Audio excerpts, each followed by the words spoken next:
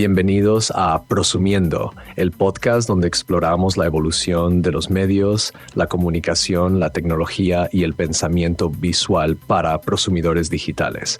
Cada episodio presenta a expertos invitados que comparten sus conocimientos y experiencias en campos como la visualización de datos, periodismo, la creación de contenido y las tendencias tecnológicas.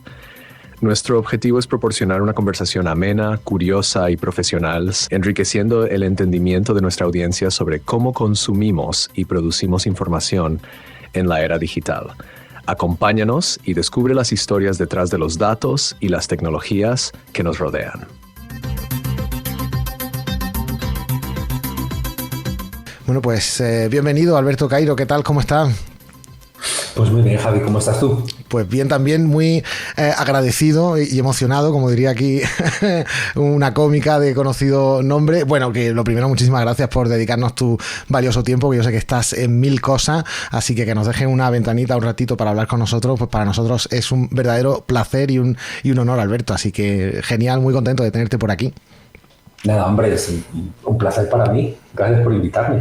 Oye, bueno, para aquellos que no estén al tanto de la visualización de datos y quién eres y tal, bueno, pues le hemos pedido a nuestro colaborador, a Gepetiano, que haga una pequeña presentación de ti, a ver qué nos dices de quién es Alberto Cairo. Es un destacado experto en visualización de datos y periodismo visual.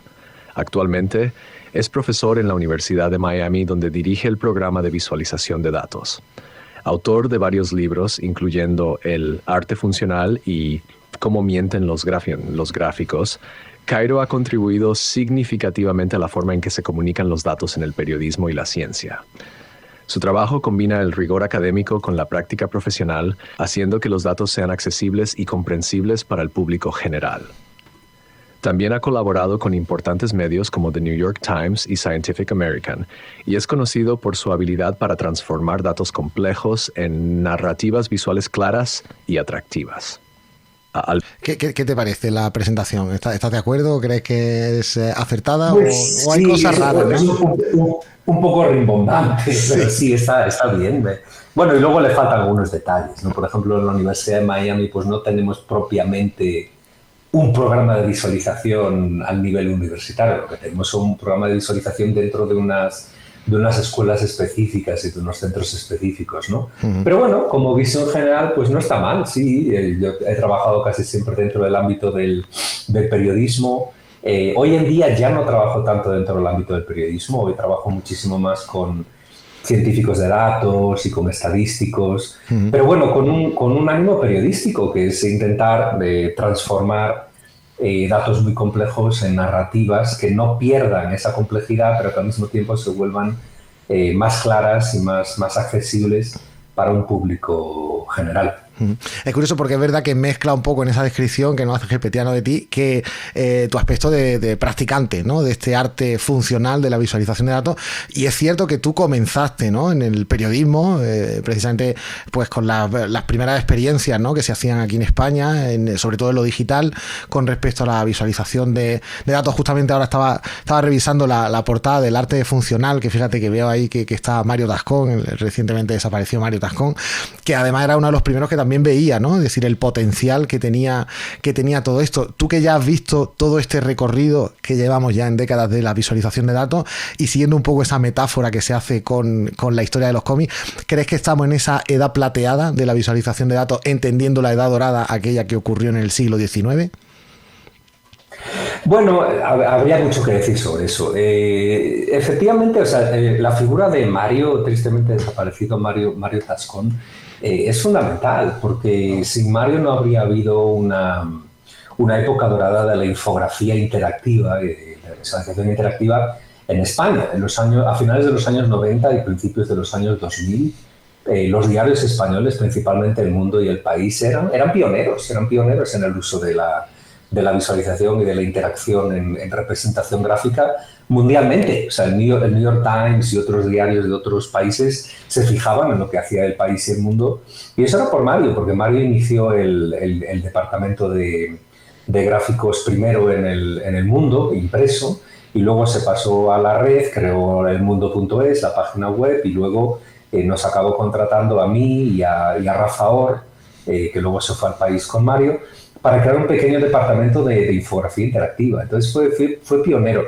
Yo no sé si, a ver, he usado el término edad dorada. Yo no sé si fue una edad dorada en aquel momento, pero era un momento de una enorme innovación, experimentación, probar nuevas tecnologías, equivocarse mucho, y que eso era otra cosa muy buena que tenía Mario. Y luego quien lo sucedió en el puesto de director del Mundo.es, Gumersindo Lafuente, y Borja Echevarría también, el subdirector, que hoy está en El País. Gumersindo está ahora en el diario.es. Sí, pero toda esta gente tenía una mente hiperabierta y estaban muy, muy interesados en explorar cuáles eran las posibilidades de la tecnología aplicadas al periodismo. Entonces no teníamos miedo, demasiado miedo de equivocarnos, ¿no? Y de meter la pata, simplemente experimentábamos. Y fue una época muy, muy bonita que luego plantó, pues sí, efectivamente, semillas que luego acabaron germinando pues en todo el mundo, ¿eh?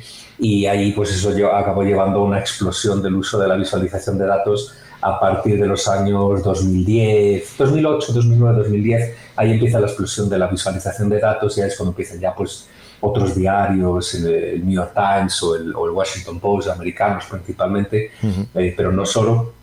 Y sí, yo creo que hoy en día estamos en una época en la que la representación gráfica, no solo de datos, sino de información en general, gráfica e interactiva, pues se ha expandido hasta un punto que es dominante, ¿no? en muchos ámbitos, y hay un enorme interés en continuar explorándola. Entonces sí, tal vez se pueda dar una época plateada, o incluso una época dorada. Tal vez esta es la época dorada. Claro, porque se hacen muchas más visualizaciones de datos que antes, pero no sé si eso redunda en que esas visualizaciones que se hacen hoy día tienen bastante calidad o no, o es quizá muchas veces rellenar el cupo. Sí. No, ha habido un aumento tanto de cantidad como de calidad. Es decir, yo veo, por ejemplo, los trabajos que hacíamos en El Mundo, en El País, allá por el año 99, 2000, y bueno, se ven así un poco naif, ¿no? En estilo. Era lo que era. Bueno, y hoy en día, bueno, claro, siguen teniendo valor. Todavía hay algunos trabajos de aquella época. El otro día, de hecho, estaba dando una conferencia sobre los inicios de la infografía interactiva, etcétera. Hay algunos trabajos de aquella época que todavía son publicables hoy. O sea, los ves y dices, wow, esto estaba bien. Aguantan bien, ¿no? El paso del tiempo. Aguantan bien el paso del tiempo, ¿no?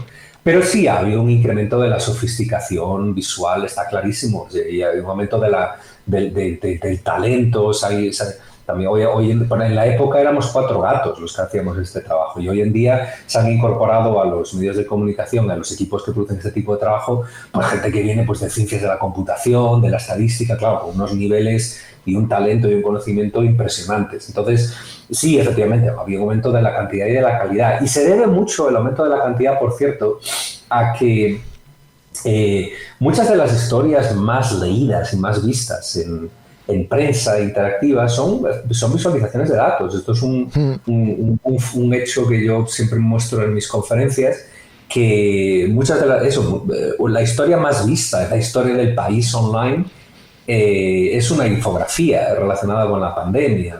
Aquella del cuarto, ¿no? Del contagio. Sí, la del cuarto, de cómo se contagia. No sé si sigue siendo la historia más vista, pero en su momento se convirtió en la historia más vista de la historia del país online. El New York Times, lo mismo. El Washington Post, la historia más vista también. De hecho, el Washington Post, el departamento de gráficos del Washington Post lo dirige un español, Chiqui Esteban. Y hace unos años publicaron una oferta de trabajo porque estaban contratando gente para el departamento de gráficos, y en la descripción de la oferta de trabajo decía: de las 7 historias más vistas en toda la historia de Washington Post Online, 6 fueron historias desarrolladas por el departamento de gráficos. Claro, eso te muestra que los gráficos realmente tienen un poder de atracción, de persuasión, de información y también de desinformación, por desgracia, claro, muy grandes, ¿no? Oye, volveremos ahora al tema de la desinformación, porque a mí me interesa especialmente, uno de los temas en los que investigo y trabajo, pero justamente estaba hablando de Chiqui Esteban, ¿no? Y está hablando de toda esa generación que surgió aquí en España, y recientemente allí en Estados Unidos se ha hecho una exposición muy interesante sobre diseñadores y gente que se dedica a la visualización y mostraba un poco pues el poder de exportación, digámoslo así, de gente de aquí de España que está trabajando en muchísimos medios internacionales de prestigio, de primera fila, y que están ahí, ¿no? Es decir, has comentado a Chiqui Esteban, Adolfo Arrán, por ejemplo, nombrado recientemente mejor visualizador del mundo, ¿no? En las SND. ¿Cuál crees que es la razón del éxito de estos autores españoles por todo el mundo? Es decir, ¿qué fue? ¿Que empezamos quizá primero antes que otro? O, no sé, ¿a qué crees que se debe esto? Se debe a múltiples motivos que están interconectados, ¿no? Los unos con los otros. Es decir, por ejemplo, el poder catalizador de la cumbre y los premios Malofiev. Era una conferencia que se organizaba todos los años en Pamplona, en la Universidad de Navarra, y ahí se reunía gente, y de hecho esta conferencia la lanzó, pues eso, la creó Mario Tascón, Tomás Ondarra, Fernando Rubio, gente que era pionera en el uso de gráficos en diferentes diarios, ¿no? Y a los que les debemos mucho, los que seguimos trabajando hoy, ¿no? Luego también es el efecto de una cultura en España en la que en un momento dado, sobre todo a partir de la Primera Guerra del Golfo, en los años 90, año 92, creo que fue la Primera Guerra del Golfo, ya no recuerdo, los diarios españoles se encontraron en una situación en la que no había fotografías para ilustrar un poco el conflicto, ¿no? No había unas fotografías, y ahí hubo un impulso por ciertos directores de diarios de intentar potenciar la información gráfica, es decir, los mapas, las explicaciones del impacto de la guerra, el armamento que se estaba usando. Y claro, empezaron a contratar pues gente ilustradores, básicamente, diseñadores gráficos e ilustradores que pudieran crear todos estos gráficos, ¿no? Pero esto ocurrió todo más o menos en la misma época, porque Malofiev también se lanzó más o menos por la a principios, mitad de los años 90, ¿no? Entonces es eso, el efecto de unos pioneros súper interesados, muy interesados en la comunicación gráfica, Mario, en su momento Mario Tascón, pero algunos otros también. Bueno, el mundo, Pedro J. Ramírez, Pedro J. siempre estuvo súper interesado en la información gráfica. Y también en la Voz de Galicia, por ejemplo, la Voz de Galicia, donde yo empecé, tuvo directores a los que le interesaba muchísimo también la información gráfica. Entonces empezaron a contratar a gente pues con perfiles de diseño, de periodismo, en mi caso, yo tengo un perfil en periodismo. Y luego los Malofiev lo que hicieron fue potenciar eso, ¿no? Se creó una especie como de círculo virtuoso en el que se contrataba gente en los diarios, esa gente iba a los premios, a la cumbre Malofiev, allí se conocían entre ellos y ellas, se aprendían los unos de las otras, tal, comunicaban, y eso creaba más cantera, etcétera. Y luego hay otro factor fundamental que yo creo que también explica el hecho de que haya tantos españoles y españolas trabajando fuera, que es que se debe a carencias, a una carencia. Y es que los diarios en España, incluso en su mejor momento, los presupuestos eran muy bajos y se trabajaba en unas condiciones que yo creo tenían que hacer mucho con poco, ¿no? Entiendo. Efectivamente, teníamos que hacer mucho con poco, y esto es una historia que te va a contar todas las personas que trabajan en infografía, que vienen de España trabajando en el mundo. Decías que en España es que trabajamos 14 horas, sacábamos no sé cuántos gráficos adelante. Claro, eso es negativo por una parte, porque claro, son las condiciones laborales que no son adecuadas, ¿no? Pero por otra parte, lo que sí hace es desarrolla la capacidad de resolver las cosas muy rápido y de desarrollar una especie de intuición de lo que va a funcionar o no. Y eso es algo muy común en la gente que se ha salido, la gente que todavía está en España, lógicamente, pero también la gente que se ha salido de otros países. Pero claro, tú llegas a Estados Unidos, en los que pues, tienen regímenes de trabajo mucho más racionales, ¿no? Y mucho más humanos, y unos ritmos de trabajo mucho más lentos. Y claro, llega un español con esta mentalidad de no, vamos a resolver, y claro, se quedan pasmados que puedas hacer en 2 horas lo que a ellos les costaba pues un día o 2 días enteros, ¿no? Y tú lo resuelves pues en un par de horas, ¿no? Y eso se valora mucho. Y luego la versatilidad también, ¿no? El hecho de que, claro, la carencia también te obligaba a aprender de todo. O sea, te da esa versatilidad de saber dibujar, saber hacer mapas, saber hacer gráficos estadísticos, tener conocimientos de cómo escribir un texto periodístico. Es decir, había una falta de especialización, éramos muy generalistas, ¿no? Y claro, ese generalismo también es súper importante en este tipo de trabajos, porque te abre la cabeza a aprender lo más posible y lo más que puedas, simplemente porque a veces te vas a encontrar en la circunstancia que tienes que resolver un gráfico tú solo o tú sola, no en colaboración con otras personas. Fíjate que precisamente en tu última obra, ¿no? En el arte del insight, que antes hablábamos de cómo traducir eso de insight, del arte de la revelación, de la iluminación, no sé, ¿no? Pero precisamente lo que hace es mostrar pues diferentes profesionales que practican este arte, y yo cuando lo estaba leyendo veía, ¿no? como ciertos elementos en común, y es como desde distintos perfiles llegaban a esto de la visualización de datos y cómo llegaban, tenían que aprender un poco de esa forma un poco autodidacta y al final llegaban casi todos un poco a las mismas conclusiones, ¿no? Pero venían desde diferentes sitios. Tú mismo, ¿no? Nos estás contando que tú venías desde una rama mucho más periodista, ¿no? No tanto desde el mundo de diseño. ¿Cómo fue tu entrada en ese mundo de la visualización de datos al final? ¿Cómo tuviste tú que hacerte con ese arte? Bueno, sí, en eso, The Art of Insight, el arte de la iluminación, revelación, como queramos traducirlo este último libro, sí, efectivamente se hace fenómeno. O sea, tú ves que todo el mundo viene de perfiles diferentes y de backgrounds diferentes. Pero en todos los casos se da un momento de que algo hace clic dentro de tu cabeza, ¿no? Que tú ves, pues eso es algo muy común en todas las entrevistas que hice en el libro. Dices, es que yo venía de estadística o trabajaba, ¿no? Hay el caso de alguna entrevistada, era bióloga o era física o astrónoma o lo que sea, y de repente fue a una conferencia y en esa conferencia estaba hablando una visualizadora de datos y me dice esta persona, esto es lo que yo quiero hacer, esto es chulísimo, yo quiero aprenderlo, y pues eso nos ha pasado a todos, ese momento de insight, ¿no? Ese momento de darnos cuenta de eso es realmente a lo que nos queremos dedicar. A mí me pasó en 2 ocasiones. Yo inicialmente estudié periodismo porque tenía un interés en la radio. A mí me gustó mucho siempre la radio. Y de hecho hice prácticas en Radio Nacional, leyendo las noticias. Hoy en día tengo un podcast, como sabes, el Data Journal es el podcast. A mí siempre me gustó la radio, ¿no? Pero claro, llegó el último año de carrera y mis notas no eran muy buenas porque yo hacía de todo menos ir a clase. Colaboraba en el periódico de la universidad, hacía un programa de radio, estaba leyendo un montón, pero clases no iba mucho, ¿no? Y mis notas no eran muy buenas. Y entonces no conseguí prácticas en radios. Y de repente una profesora de la Universidad de Santiago de Compostela, que enseñaba diseño, creo que sigue enseñando diseño, Marita Otero, La Voz de Galicia, el diario de mi ciudad natal, de La Coruña, entró en contacto con ella y le dijo, oye, ¿tienes algún estudiante por ahí que sepa dibujar un poco, lo que sea? Porque necesitamos un becario para el departamento de gráficos. Y ella sabía que a mí me gusta dibujar, no dibujo muy bien, pero bueno, hago esbozos así más o menos de calidad razonable, ¿no? Y me recomendó, y ahí me fui sin saber absolutamente nada de diseño, ni de gráficos, ni de Adobe Illustrator, ni de Photoshop, ni nada. Y tuve la suerte de caer en un departamento de gráficos, el de La Voz de Galicia, allá por el año 97, pues extraordinario, con gente como Manuel Amariño y Sean González, gente buenísima, con la que yo aprendí un montón. Y ese fue el primer momento de iluminación. Dije, esto es genial, o sea, porque esto es periodismo. Claro, yo dije, esto es periodismo, pero es un periodismo pues, que combina lo gráfico, el arte, el cómic. Pues, me gustaba mucho el cómic en la época, me sigue gustando, la narrativa visual, los mapas, porque a mí me encanta dibujar mapas, etcétera. O sea, es un mundo perfecto, ¿no? Y luego, el segundo momento de iluminación ocurrió mucho después, porque yo originalmente no empecé como visualizador de datos.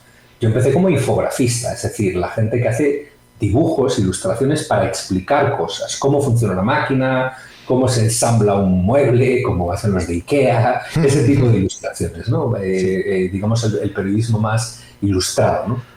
Pero allá por el año 2000, creo que fue alrededor del 2008 o algo así, yo ya me había ido a Estados Unidos, porque yo me fui a Estados Unidos en el 2005 a dar clase en la Universidad de Carolina del Norte, allí era profesor, y llegó un momento que yo dije, bueno, es que me había dado cuenta de que los mapas que yo hacía, digamos, los mapas de localización pues estaban bien, ¿no? A mí siempre me gustó dibujar mapas, etcétera, pero los mapas de datos que yo hacía para representar números, que a esto le falta algo, ¿no?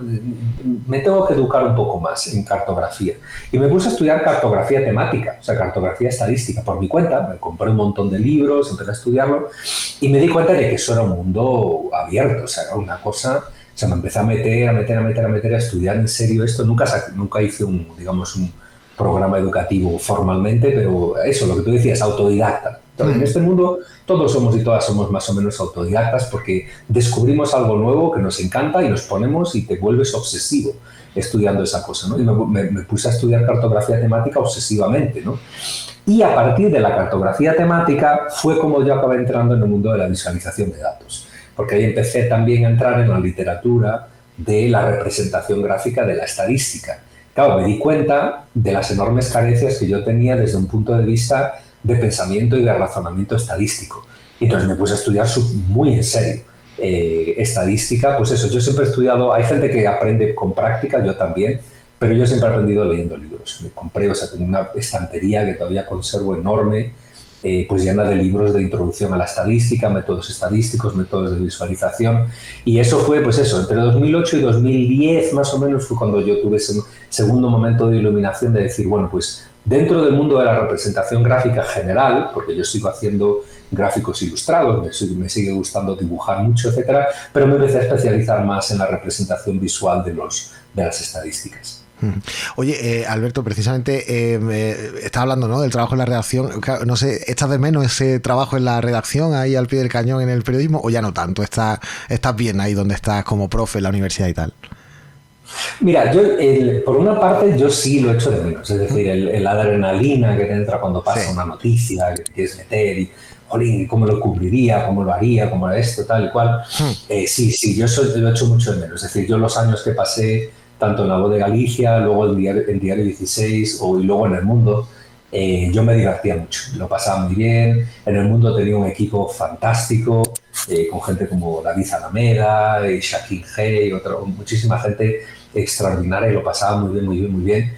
Pero desde el punto de vista, digamos, profesional y cómo se alinea lo profesional con lo personal, mi personalidad es muy solitaria. A mí me gusta mucho hacer yo las cosas por mi cuenta, que nadie me meta presión. O sea, yo me pongo mis propios proyectos. Ya te metes tú la presión, ¿no? No hace falta. Claro, yo no necesito la presión. Sí. Yo me planteo un proyecto, me pongo con ese proyecto, me disciplino para sacar adelante ese proyecto y me pongo con ese proyecto. Y disfruto mucho más cuando tengo control total sobre lo que estoy haciendo.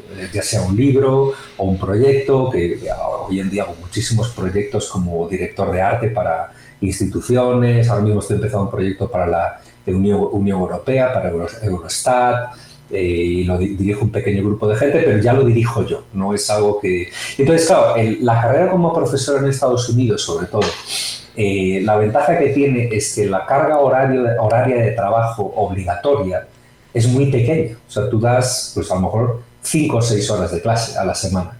Y el resto de tiempo es tu tiempo. O sea, tú lo organizas como a ti te dé la gana, ¿no? Te dan libertad absoluta. Luego, lógicamente, cada cierto tiempo tienes que rendir cuentas, ¿no? Esto es lo que yo he hecho, esto es lo que he publicado, los proyectos en los que he estado metido y tal y cual, pero te da libertad absoluta de organizar tu tiempo. Entonces, para mi temperamento, para mi propia personalidad, mi empleo es perfecto. O sea, es perfecto para el tipo de personalidad que yo tengo, que no necesito que nadie me mire, o yo me lo monto, me lo guiso y me lo como, digamos, ¿no? Entonces yo estoy feliz donde estoy, claro. Genial. Oye, me dice Gepetiano por aquí, tiene una pregunta para ti. Vamos a escucharla, si te parece. Alberto, sabemos que eres un maestro en hacer que los datos hablen, y no me refiero a conversaciones sobre el clima. En tu trabajo has demostrado cómo las visualizaciones de datos pueden contar historias poderosas y hacer la información más accesible. ¿Podrías compartir algún proyecto específico que consideres especialmente impactante y explicarnos cómo lograste combinar los datos y la narrativa visual para alcanzar ese impacto? Muchas gracias, Gepetiano. Yo me iría a algo impactante, sí, o algo que te fuera especialmente, ¿no?, retador, digámoslo así, algo muy... Sí. En los últimos años he estado metido, desde el año 2016 o 2017, tengo una colaboración regular con Google, con una de las entidades de Google, se llama Google Trends, que son los que analizan datos de búsquedas, etcétera, ¿no? Y en relación con esta colaboración, lo que hacemos son colaboraciones con diseñadores de todo el mundo para, pues eso, crear gráficos. No necesariamente basados en datos de Google, pero sí gráficos que sean interesantes para una audiencia general y que sean impactantes, ¿no? Entonces, un proyecto que hicimos hace algunos años durante la pandemia, que no lo diseñé yo directamente, yo lo que hice fue la dirección de arte. Es un proyecto que hicimos con un grupo de diseñadores brasileños. El proyecto se titula En el Epicentro, en portugués sería No Epicentro, y lo publicó una entidad periodística sin ánimo de lucro en Brasil que se llama Agencia Lupa. Agencia Lupa. Y el proyecto lo crearon varios visualizadores brasileños, entre ellos quien es hoy en día un colega mío de la universidad, Vinicius Sueiro, que es un visualizador brasileño extraordinario. Y lo que hace este proyecto es... o sea, nosotros durante la pandemia todo el mundo se vio expuesto a una cantidad de visualizaciones de datos enorme, ¿no? Gráficos estadísticos que te mostraban cuál es el promedio de infecciones, número de muertes, tal cual, dónde hay más, dónde hay menos, etcétera, dónde hay más riesgo, dónde hay menos riesgo. Digamos, visualizaciones tradicionales, visualizaciones clásicas, las veíamos en todos los diarios, procedentes también de entidades gubernamentales. Y en este proyecto lo que nos planteamos fue decir, bueno, ¿y si visualizamos esto de forma diferente? Porque una de las cosas que también se observaba es que llegaba un momento en que veías tantos números que se perdía un poco la perspectiva de la, digamos, de la magnitud de la catástrofe, ¿no? De la magnitud de la epidemia. De la vida humana. Entonces, detrás, ¿no? Claro, la vida humana, cada uno de esos números es una persona, ¿no? Sí. Entonces, lo que este proyecto plantea, que no fue una idea mía, por cierto, esto no fue una idea mía, fue una idea del grupo de este grupo de visualizadores. Yo lo único que hice fue ayudar un poco a perfilar el proyecto, digamos a eso, a dirección de arte, ¿no? Lo que este proyecto hace es decirte, ¿qué pasaría o cómo se vería el mapa de tu ciudad si todas las personas que se murieron de COVID fuesen tus vecinos? Es decir, ¿cuán grande sería el círculo a tu alrededor si todo el mundo fuese tu vecino, todo el mundo que se murió de COVID? ¡Wow! Este proyecto funcionó, se publicó primero en Brasil y tuvo un impacto enorme, apareció en programas de televisión, hay un programa de televisión nacional semanal, que es un poco parecido al antiguo informe semanal en España, ¿no? Que se llama El Fantástico, ¿no? Pues apareció en El Fantástico, apareció... Pues eso, y porque la gente lo que hacía era, lo que haces en este proyecto es tú metes tu dirección donde vives y te dice, tú estás aquí, y te pone un puntito, tú eres este. Y luego, progresivamente te va diciendo, una semana después de que apareció la pandemia, pues habían muerto 15 personas y te muestra 15 puntitos a tu alrededor. Tu vecino del quinto, tu vecino del tercero. Claro, obviamente, el tipo que ves todos los días yendo a buscar el pan o lo que sea. Ahí. Y luego, un año después, pues el círculo es, guay, es 3 kilómetros a tu alrededor, todo el mundo muriéndose de COVID. Claro, eso fue porque al poner los datos en perspectiva personal, sí, ya no son tan abstractos, son más concretos, ¿no? Y es mucho más fácil hacerse una idea de esta magnitud de la catástrofe. Pues es un impacto enorme, hasta el punto de que luego lo acabamos adaptando a Estados Unidos también y se lo publicó el Washington Post, que se titula At the Epicenter, ¿no? En el epicentro también tuvo el mismo título. Pues este fue uno, desde el punto de vista del impacto. Y luego otro, al que yo le tengo mucho cariño, que no, digamos, no es sobre un tema tan grave o digamos tan noticioso, lo hice en colaboración con una visualizadora, a la que por cierto entrevisté para el nuevo libro, para The Art of Insight, Nadie Bremer, que es una visualizadora holandesa. Y el proyecto que hicimos juntos se titula ¿Por qué los perros y los gatos? Y luego puntos suspensivos, ¿no? Why do cats and dogs? Puntos suspensivos, ¿no? Y este proyecto sí se basa en datos de Google. Es decir, Google, lógicamente, cada vez que hacemos una búsqueda, pues Google, nosotros pasamos a ser parte de las bases de datos de Google, ¿no? O sea, Google sabe lo que está buscando la gente, ¿no? Y el nivel de interés de búsqueda por diferentes cosas. Y lo que este proyecto visualiza es las búsquedas más comunes cuando nos metemos en Google y le preguntamos a Google, oye Google, ¿por qué mi perro está lo que sea? ¿Por qué mi perro está lamiendo? ¿Por qué está comiendo? ¿O por qué mi gato está rascando? ¿Y cuáles son las búsquedas más comunes? Y es un proyecto súper divertido, porque es así, tiene un diseño muy, muy agradable visualmente, muy humorístico. Tiene pequeñas animaciones de perros y gatos, no sé, es muy bonito de ver. Y luego le tengo mucho cariño, no solo porque el proyecto es muy bonito, sino porque también el proceso de desarrollar ese proyecto, pues la verdad es que nos lo pasamos muy bien. Nadie y yo nos reuníamos cada semana, me mostraba sus nuevos diseños, yo le daba recomendaciones, ella me mostraba otra cosa y tal, y nos reíamos muchísimo, porque las búsquedas a veces son pues muy, muy divertidas. ¿Por qué mi perro está comiendo caca? Claro. ¿no? Y es una de las búsquedas más comunes, ¿no? Claro. Con los perros. ¿Por qué está comiendo hierba? ¿O por qué me está lamiendo el pie? ¿Por qué los perros lamen el pie? ¿no? Son búsquedas muy comunes en Google. Es un proyecto de verdad muy, muy divertido. Vamos a dejar de todas formas a todos los que nos están oyendo, bueno, pues en la descripción del capítulo y tal, pueden encontrar los enlaces también para que puedan bucear en esos proyectos. La verdad es que Nadia tiene también un trabajo espectacular, ¿no? Es decir, yo recuerdo el libro que tengo yo por ahí, el Data Sketches, que tiene además con Shirley Wu, que además hace eso, que explica todo el proceso y es una parte también muy interesante, ¿no? Para todo aquel que quiere ver cómo nace un proyecto y cómo se va desarrollando y cómo a veces tiene que ver con lo que era originalmente o no, cómo se va transformando en todo ese proceso. Oye, para todo aquel que se quiere, para los estudiantes, ¿no? Por ejemplo, yo enseño asignaturas que tienen que ver con visualización de datos, ¿qué recomendaciones haría a un estudiante? Te voy a preguntar primero a un estudiante que quiera especializarse en algo como esto y luego te voy a preguntar a los profes que impartimos este tipo de asignaturas, ¿qué recomendaciones nos podría hacer desde un lado y desde el otro? Bueno, a los estudiantes les recomendaría lo que les recomiendo a mis propios estudiantes. Lo primero es que hay que leer mucho, hay que leer un montón y hay que leer además más allá del ámbito profesional y académico que uno tiene.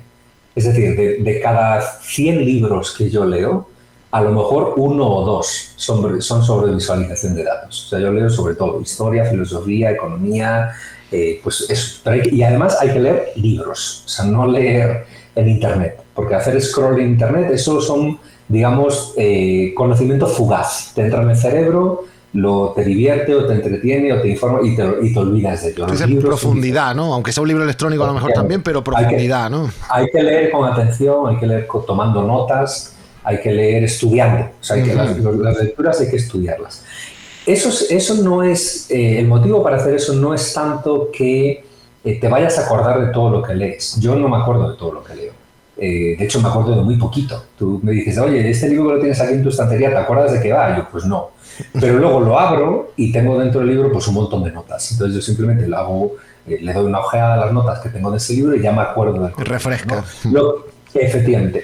Para lo que te entrena la lectura intensa es a aprender a sintetizar las cosas, ¿no? Y eso es una habilidad esencial en este mundo. Te enseña a ver la estructura interna de los argumentos que se crean, ¿no? Y eso es súper útil porque te entrena el cerebro es un músculo, como cualquier otro músculo, se entrena y mejora. Y luego también te enseña a narrar las cosas mejor, porque si tú consigues sintetizar las cosas, es muy probable que se las puedas contar a otra persona también de forma sintética, pero que no, sin simplificar en exceso, que eso es un peligro siempre en el periodismo, la simplificación excesiva, ¿no?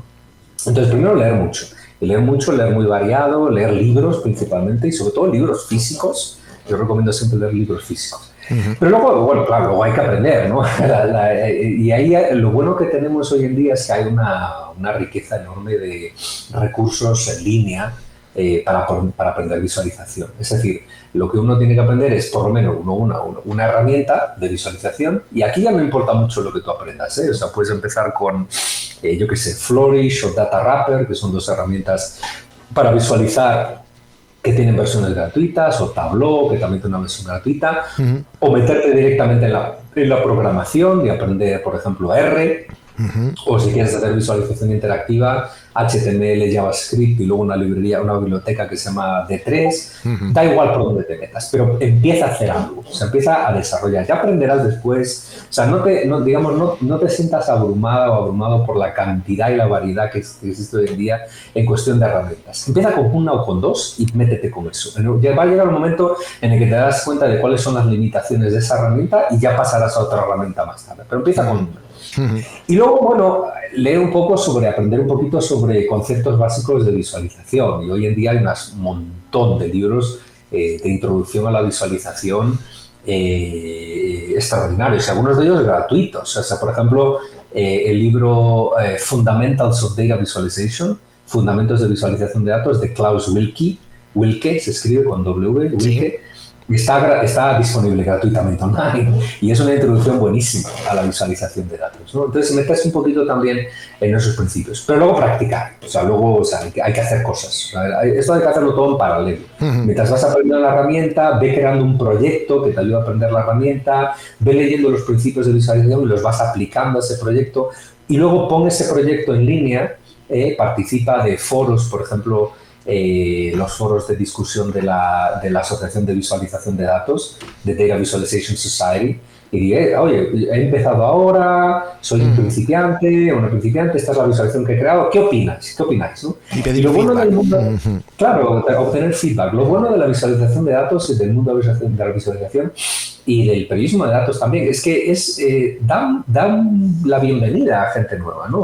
Vas a ver que gente perfectamente establecida, gente a lo mejor con 20 o 30 años de experiencia, se toman su tiempo para darte un poquito de feedback, algunas ideas y tal. Entonces, ese proceso de recibir feedback, hacer de nuevo, hacer otro proyecto y tal, es fundamental para cualquier aprendizaje. Y lo mismo le diría a cualquier profesor que quiera enseñar. O sea, esta es la forma en la que yo enseño mis clases. Mis clases son talleres, realmente, mis clases de visualización. Algo muy práctico. Voy a anotar también, bueno, dejaremos todos los enlaces de todo lo que estamos comentando aquí en la descripción, y además la DVS tiene, la Data Visualization Society tiene también un programa incluso de mentorización, es decir, que si quieres un feedback como un poco más avanzado también puedes pedirlo, ¿no? Que alguien eche una mano. Antes han mencionado también, y por ir acabando, porque no quiero, ya sabes, ¿no? Quitarte mucho tiempo, pero cómo está el periodismo actualmente, ¿no? Es decir, antes hablabas, ¿no? Y tu penúltimo libro precisamente se llama cómo mienten los gráficos, ¿no? Es decir, cómo al final las imágenes nos pueden ayudar tanto a dar datos como a inventarlos, al fin y al cabo, ¿no? Es decir, las imágenes tienen, ¿no? Poseen como una cierta credibilidad. Claro, todo esto ahora que ha llegado el tema de la inteligencia artificial, claro, ¿qué ocurre, ¿no? Es decir, que esa pretensión de verdad que tenían las imágenes, entre las que se encuentran las visualizaciones de datos, ¿va a permanecer ahí o eso va a desaparecer? Es decir, ¿qué relación tiene al final la imagen con la verdad? Pues eso es otro libro, ¿no? Oye, ahí lanzo la idea, quien quiera. Sí, no, la relación de la imagen con la realidad o con la verdad, ¿no? Que la verdad básicamente es una representación de algún hecho real, y, pues es muy compleja. Y yo no creo que se vea muy afectada por la inteligencia artificial o no. Es decir, lo que yo describo, por ejemplo, en cómo mienten los gráficos es que muchas veces los lectores tienden a asumir que el mero hecho de representar datos gráficamente ya los vuelve más científicos o más confiables, más reales. Y de lo que yo advierto en el libro es, no, eso no es así. O sea, uno tiene que leer un gráfico estadístico de la misma forma que uno debe leer un texto escrito, ¿no? Pues eso, lo que decía antes, leer con atención, leer críticamente, leer tomando notas. Los gráficos hay que leerlos exactamente de la misma manera, los haya creado una persona o los haya creado una inteligencia artificial. Es decir, hay que ver de dónde vienen los datos, cuál es la fuente, qué es lo que se está visualizando, cómo se muestra, etcétera, etcétera. ¿No? Eso no cambia, ¿no? Ahora, lo que me decías del estado del periodismo, pues yo no sé. Depende de lo que quieras decir por la palabra periodismo, porque el periodismo es al mismo tiempo una forma de ver el mundo, una forma de operar en el mundo, una profesión y una industria, y más cosas posiblemente. Entonces, la industria periodística, pues está muy mal. Los medios tradicionales, pues están muy mal, ¿no? Hay, de todas maneras, atisbos de cosas que son, pues yo qué sé, desarrollos que son muy prometedores, es decir, entidades periodísticas sin ánimo de lucro, pequeños medios de comunicación lanzados por personas individuales que de repente dicen, pues voy a crear un medio de comunicación independiente para cubrir mi pueblo o mi ciudad, y se crean su propio, o para cubrir cosas específicas, voy a hacer solo periodismo científico o periodismo solo sobre temas medioambientales en mi región, y son grupos pequeñitos de gente que se crean su propia organización y se buscan financiación pues de diferentes maneras. O experimentos de periodismo también independiente, como puede ser, por ejemplo, el diario.es que mencionaba antes en España, ¿no? Que me parece un proyecto súper interesante, independientemente de lo que uno piense sobre su orientación ideológica o no, que tiene una orientación ideológica abiertamente de izquierda, se lo dicen claramente, y a mí me parece muy bien, como si fuesen de derecha, me da igual, pero... Como todos los medios. Claro, como todos los medios, pero es un experimento súper interesante, ¿no? De periodismo independiente. Entonces, la industria muy mal. Como profesión, pues también mal. Ahora mismo es una profesión Ya lo era cuando yo empecé en los años 90, que era una época que los diarios todavía hacían bastante dinero y era difícil entrar y estaba mal pagado y trabajabas mucho, etcétera. Ya era difícil antes, ahora es más difícil todavía en los medios de comunicación establecidos.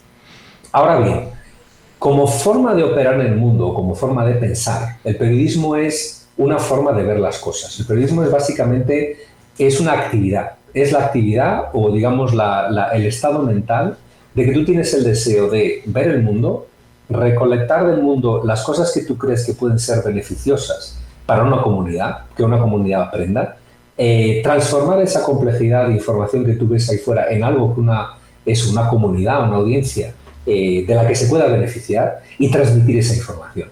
Es decir, yo lo que le explico hoy en día, por ejemplo, mis clases en la Universidad de Miami oficialmente son clases de periodismo, o sea, tienen el código JMM, que es Journalism y Media Management, ¿no? Que es el departamento donde yo estoy, pero ninguno de mis estudiantes son periodistas, o sea, ninguno no, pero a lo mejor de 20, uno está estudiando periodismo.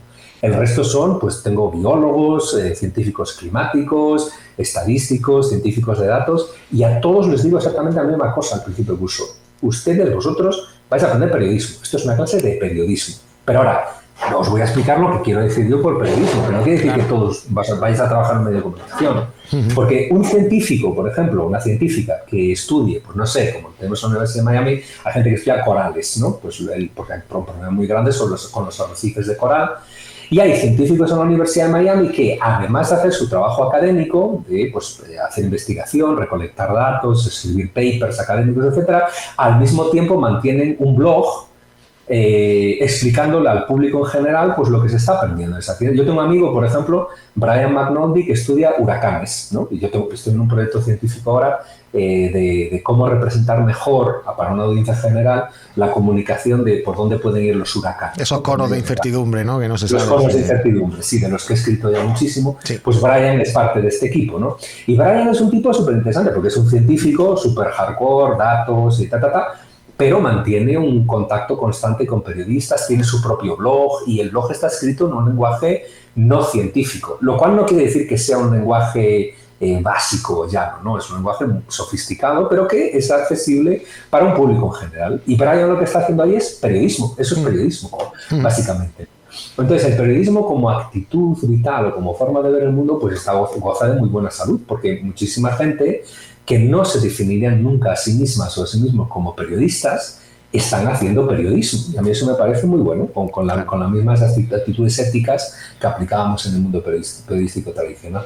Oye, Alberto, no te quito más tiempo. Yo estaría hablando contigo horas y horas de todos estos temas. Simplemente por cerrar un poco, como yo sé que me consta que eres un hombre de buen gusto, que sé que te gusta el heavy metal, el hard rock, igual que a mí. Así que simplemente pedirte algunas pequeñas recomendaciones culturales. Por ejemplo, pues ¿qué disco te ha enganchado últimamente o qué artista has descubierto últimamente así de música? Pues mira, música recientemente dos cosas completamente diferentes. En cuestión de metal, últimamente he estado escuchando una banda de rock y metal progresivo que se llama Evergrey, que han sacado un disco, no recuerdo cuál es el título del último disco, lo puedes mirar y ponerlo. Lo buscamos luego y lo ponemos. Pero tiene una canción, la canción creo que es la canción que abre el disco, que se titula Falling from the Sun.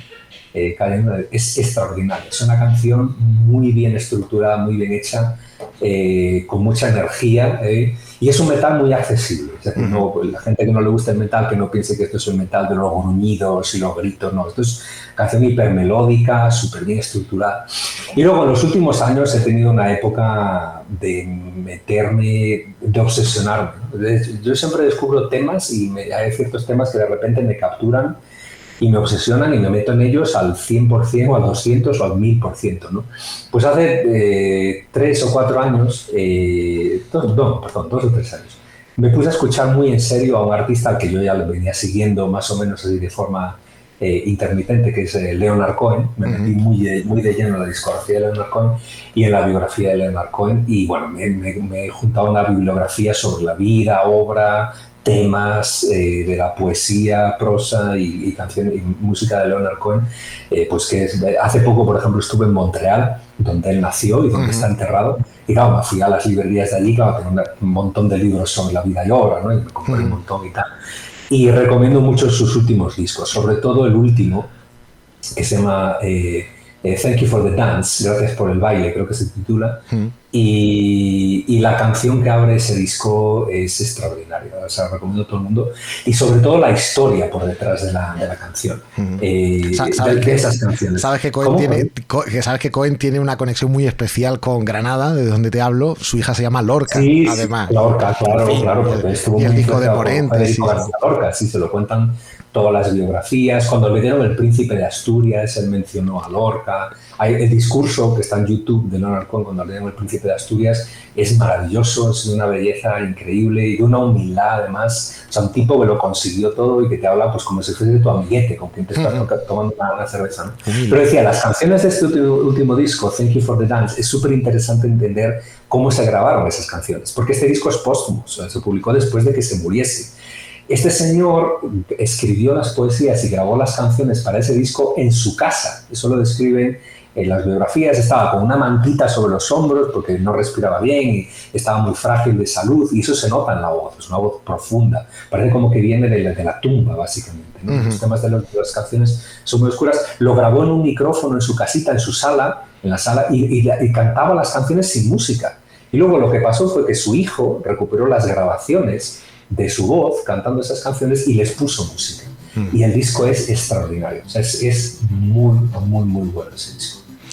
Pues Alberto, muchísimas gracias por tu recomendación, así que nos la apuntamos, la dejamos por ahí disponible. Ya te digo, seguiría pidiéndote el libro, juegos de mesa, que también sé que eres muy fan, pero bueno, lo dejamos si quieres. Claro, eso lo dejamos para otro. Exacto, lo dejamos para el siguiente programa. Sí. Genial.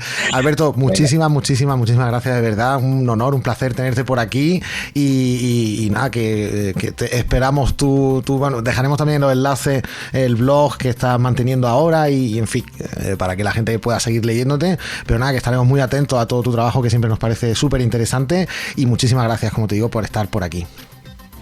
Gracias a ti, hombre, muchas gracias. Un abrazo, Alberto, hasta ahora. Muchas gracias, Alberto, por acompañarnos hoy.